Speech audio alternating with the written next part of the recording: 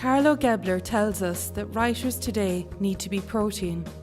They need to adapt endlessly, indefatigably, tirelessly, if they are to survive economically.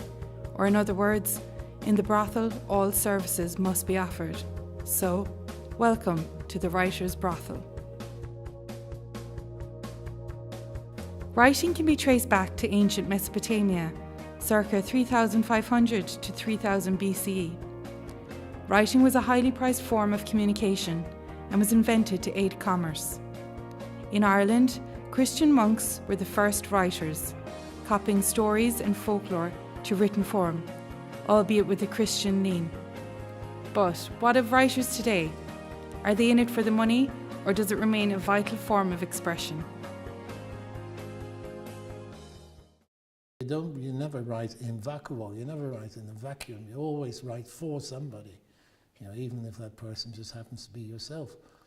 And you want to be read, even if it's only by one person. The romantic notion of a solitary writer in an ivory tower writing for him or herself, is just that. It's just a romantic notion. You do want to share. Of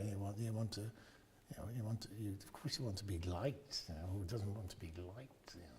You want your writing to be liked. So you do take your audience into account, but at the same time, if you're a bit of a writer, you never give them what they want. I get annoyed when people say, look at the young ones nowadays with these things that stuck in their ears. And I say, God, isn't that marvellous? They may be out walking and they need a particular rhythm or something. They're listening to something that has been created by somebody else. They may even be listening to a piece of their own work. So I say, just think about it, just look at that there. Now imagine that person as your own son or daughter, brother or sister, and they're engaged in something that's so positive, and I feel it's great. Are writers exploited, or are they exploiters? Is professional writing simply a cutthroat business of buying and selling your creative control? Yeats said that writers have two options, to either express or exploit Ireland. And they want to sell. Whenever you sign a contract with a publisher, first thing that they go on about are the film rights. You see, I went into it with my hands, with my eyes closed, if you like. So what helped me and what saved me was I got a loan. And I got great sponsorship, and I never set out to make money. So with the sponsorship that I got, and with, it was hard work, I broke even. And that was exactly what I wanted, was to break even and to get my book out there so that the people would read it and associate with the characters, which is what they did. The book then kind of took on its own momentum, because at the time I was in competition with Brian O'Driscoll and Paul Gallivan, two great books, and there was some other book as well, and I had no publicity, but the boys were getting all publicity. And the only crowd that still haven't paid me are Easons. I'm still waiting to April 2014, I got my book published. And this is April, you could say, 2016. I'm still waiting for my money from Easons. The accountants don't come in until such time as they said, look, this isn't selling, we better shred all this stuff because it's taking up space that we can't afford. And it's terrible to think that you've worked years and years and years on a book, and because it just didn't take off at the time, like it may be as good as something else, but it just didn't take off. And then they tell you that unless you want to buy them yourself at maybe, I think they offer them about a third of cost, well then we're going to pulp the lot. Writer's block, you could be talking about it forever.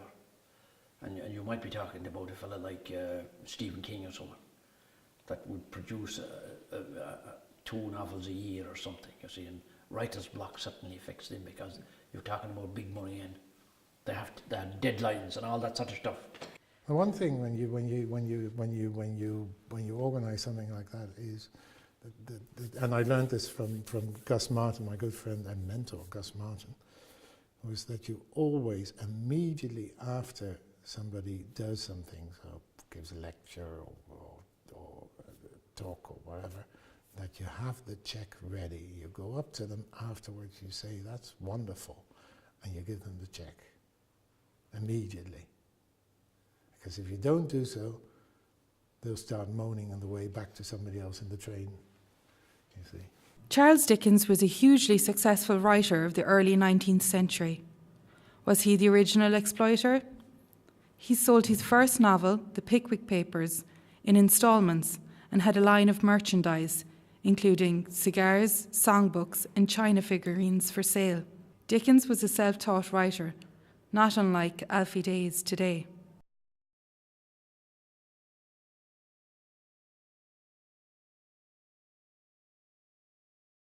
Online platforms have opened up opportunities to writers and readers alike, but will this wipe out traditional print media? Online blogging has become a huge trend in the 21st century. One such person that has exploited online blogging is Suzanne Jackson, a former beautician known online as So Sue Me. I started it because I was sometimes bored on reception. I've always loved writing, even though I wasn't too great with grammar or spelling. I found it therapeutic. I didn't know at the time that you could earn money from blogging. The blog soared in popularity.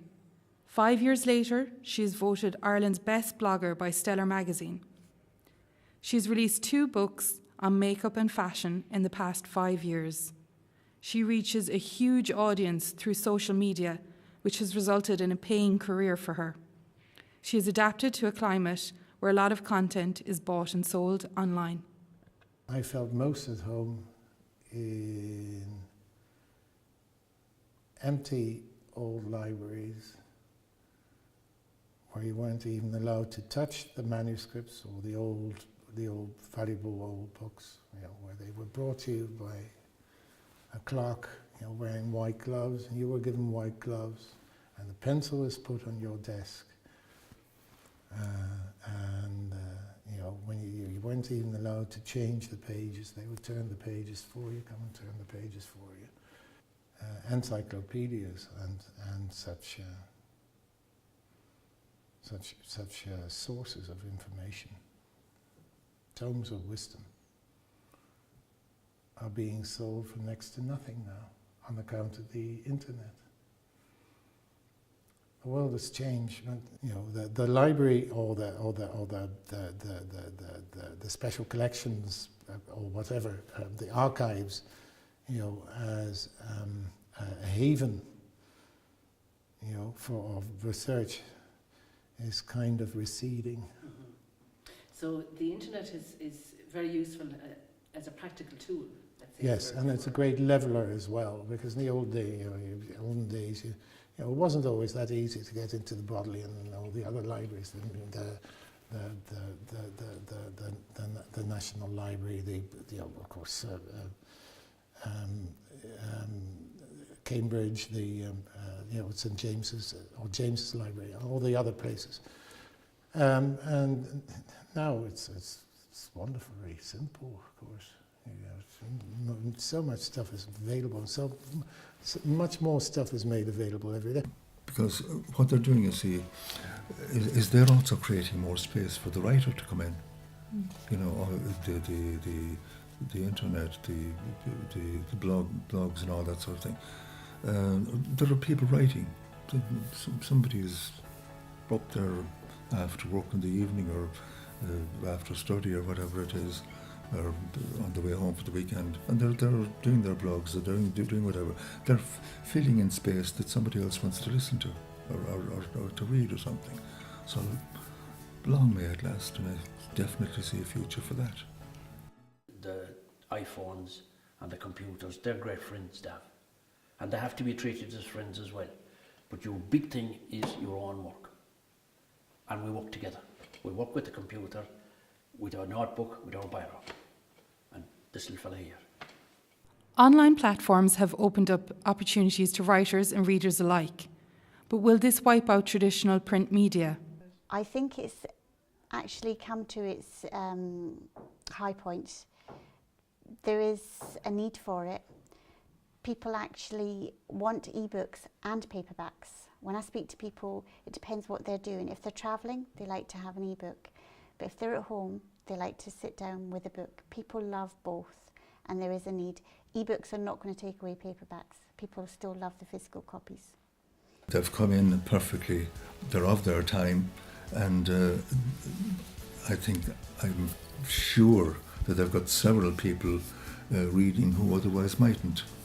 I think there's somebody getting on a train or whatsoever, and what am I going to do with this book? I leave it at home. But whereas with this thing here, it fits into anything at all. At the same time, I simply love the feel of a book, the scent of a book when it comes out first. And even say if I go to the library and I can imagine how many others now have read this page, you know, before I got to it. There's something lovely about that as well. So I'm not favouring one over the other, but I think ebooks are excellent, and also somebody can download some books for nothing, and some for a few cents, and the highest I've seen any of them at, I think, would have been about €5, which is marvellous value. I was afraid for reading my stuff. I'm afraid for reading my stuff to my friends. And I think that's a great thing. Torment your friends. Torment your father, your mother. Mom, you must listen to this.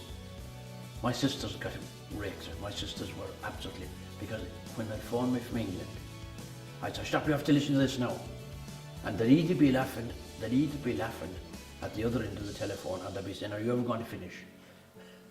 I think with business, it doesn't matter what the business is, as long as you do the research and have the knowledge and the background, and don't rush into it, you can do anything. It doesn't matter what type of business it is.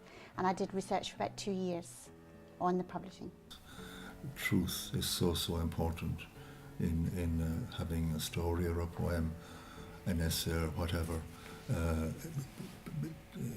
having it brought to birth and having a chance of living, because the others won't. Imitation won't survive. Gone are the Christian monks, the literati and their linear thinking. Gone are the grammar snobs. Today, writers write across every platform, whether by traditional paper formats or blogging, vlogging, ebooks, advertising, on radio, on television and on film. And yes, writers are expressive creatures and are as capable of exploiting as well as being exploited. So why do we do it? I think the most important thing is to be self-critical, to doubt. Keep on doubting. Sounds like self-advice. And keep on expressing your doubts. Beckett, you know, can't go on, I can't go on, I go on. All writing is suffering. And suffering is worthwhile.